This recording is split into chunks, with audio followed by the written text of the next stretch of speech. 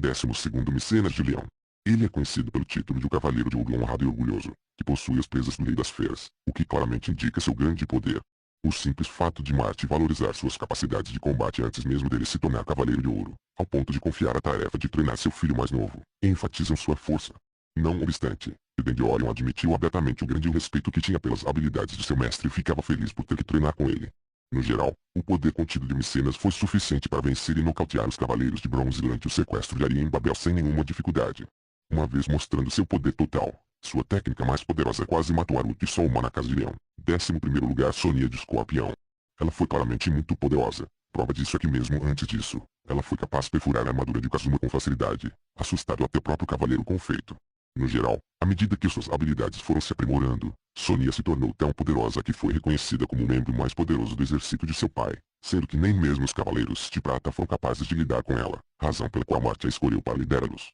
Mas uma prova de seu poder é que em seus confrontos contra os Cavaleiros de Bronze durante a saga das Ruínas Elementais, ela foi capaz de vencer boa parte deles sem muitas dificuldades. Ao se tornar Amazona de Ouro de Escorpião, o poder de Sonia cresceu tão mensuravelmente que nenhum dos Cavaleiros de Bronze foi capaz de confrontá-la de frente. Mesmo Soma, que conseguiu prevalecer contra ela em combate, ainda assim foi sobrepujado pela força descomunal da Amazona.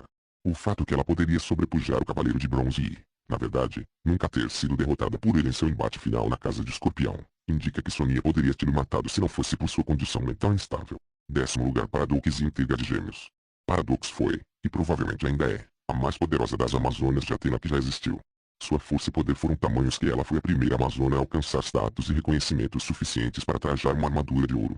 Mesmo Integra, sua irmã e sucessora, admitiu abertamente sua inferioridade a Paradox.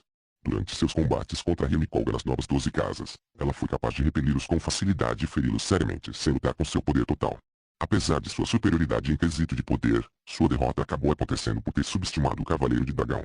Integra, tal como sua irmã mais velha, é vista por alguns como a mais poderosa Amazona que já existiu, apesar de Integra comentar que Paradox é mais forte que ela devido sua condição especial de geminiana plenária. Contudo, seu poder foi suficiente para interferir e impedir as investidas mortais de sua irmã contra Reu e, mais tarde, a própria Atena, apesar da mesma ser uma deusa estar sendo protegida por alguns dos seus cavaleiros de ouro mais fortes que foram incapazes de interceptar o ataque da Parasita. Uma vez lutando com seu poder total, Integra foi finalmente capaz de se igualar em parâmetros de combate contra sua irmã mais velha e finalmente derrotá-la em sua luta final. 9º lugar Chile de Câncer. Ele é um guerreiro formidável e capaz. O fato de ter sido supervisionado por Oni em seu treinamento para se tornar um cavaleiro enfatiza sua força, mesmo que seu potencial total não tenha sido explorado a fundo. No período em que foi mostrado lutando na Batalha das Novas 12 Casas contra os Cavaleiros de Bronze, Chile foi capaz de anular as técnicas de Yuna, bem como dominar Kog e Ryu rapidamente na batalha sem muito esforço. 8º Toquizada de Aquário. É implícito que Toquizada era, provavelmente, o mais forte cavaleiro de prata do santuário no século XXI.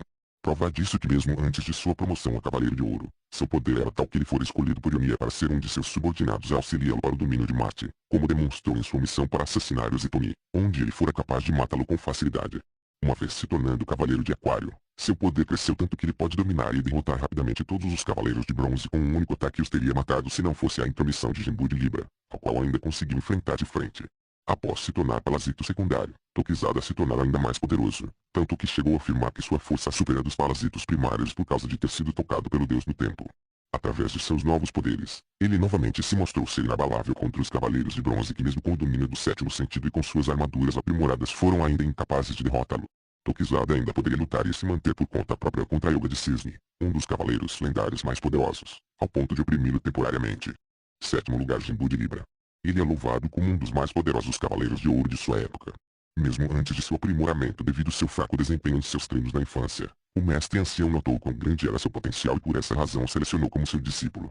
O que em última análise, as esperanças do mestre ancião foram provadas ser corretas, pois sob a sua tutela, as habilidades de Genbu aumentaram tão drasticamente ao ponto em que ele se tornou um quase espelho à imagem de seu discípulo mais velho em seu auge. Mesmo Seiya, dito como o mais poderoso cavaleiro do século XXI, elogiou suas habilidades e o considerava o segundo em comando do exército de Atena durante sua ausência.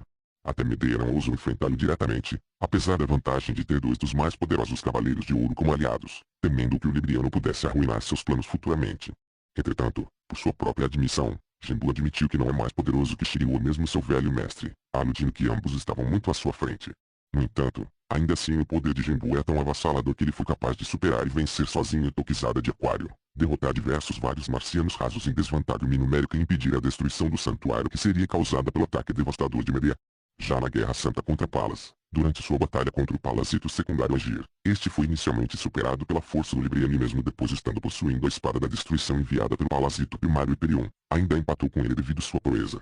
No geral, para Agir derrotar a Gemburi custou a danificação na grande espada de seu mestre, algo que o Parasito não acreditou que alguém poderia ser capaz de fazer logo após ter sido mortalmente ferido.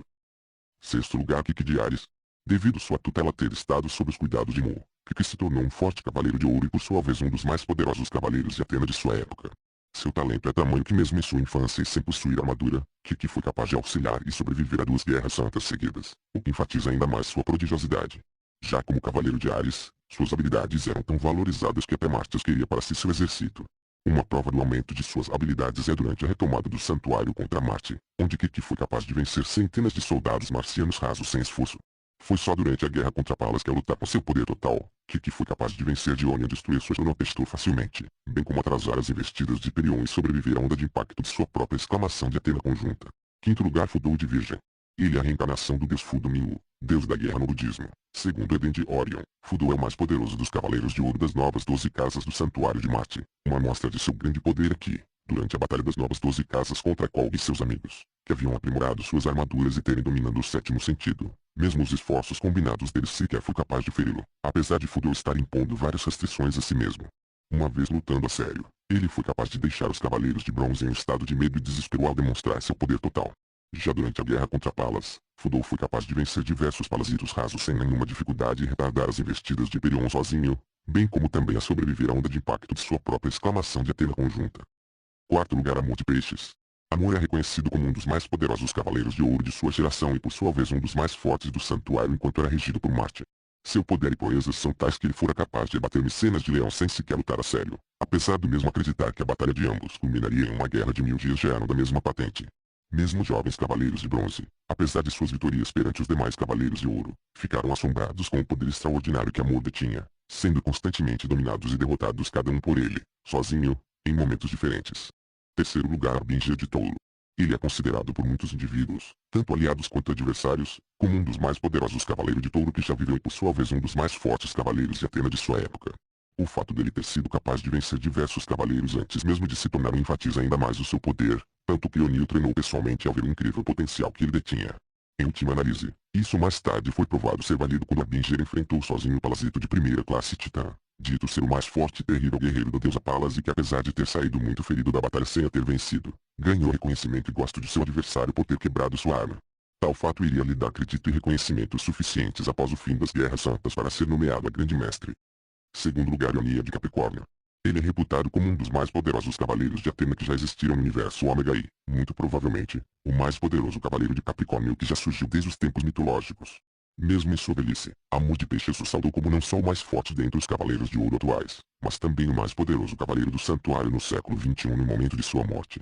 Um atestamento incontestável de suas capacidades é que o fato de que ele foi capaz de lutar e sobreviver a incontáveis guerras santas ao longo dos séculos enfatizam sua força. Durante sua aposentadoria, ele poderia lutar por conta própria contra a rebelião de seus ex-recrutas sem perder a compostura e ainda sobrepujá-la.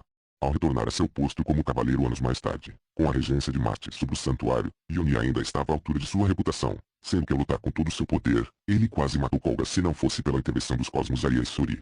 Apesar de ser mencionado por Amor como o mais poderoso cavaleiro do século XXI, isso se deve, provavelmente, ao fato que isso foi estipulado enquanto Marte governava o santuário e que Seiya estava fora do controle do deus da guerra.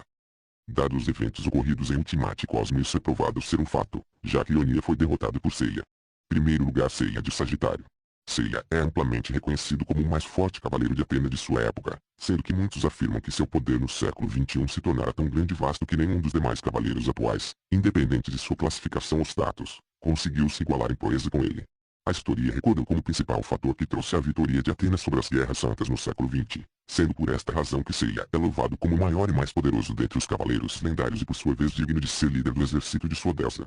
Sua força atual, no geral, é tão assombrosa que até mesmo os deuses e seus maiores guerreiros tanto o admiravam quanto o temiam em batalha devido sua fama como assassino de deuses por ser capaz de ferir e até mesmo matar divindades. Uma prova disso, ele foi capaz de colidir e obliterar diversos deuses, tanto os antigos quanto os novos, além de enfrentar seus mais fortes servos, sozinho, em ocasiões separadas e ainda prevaleceu sobre eles.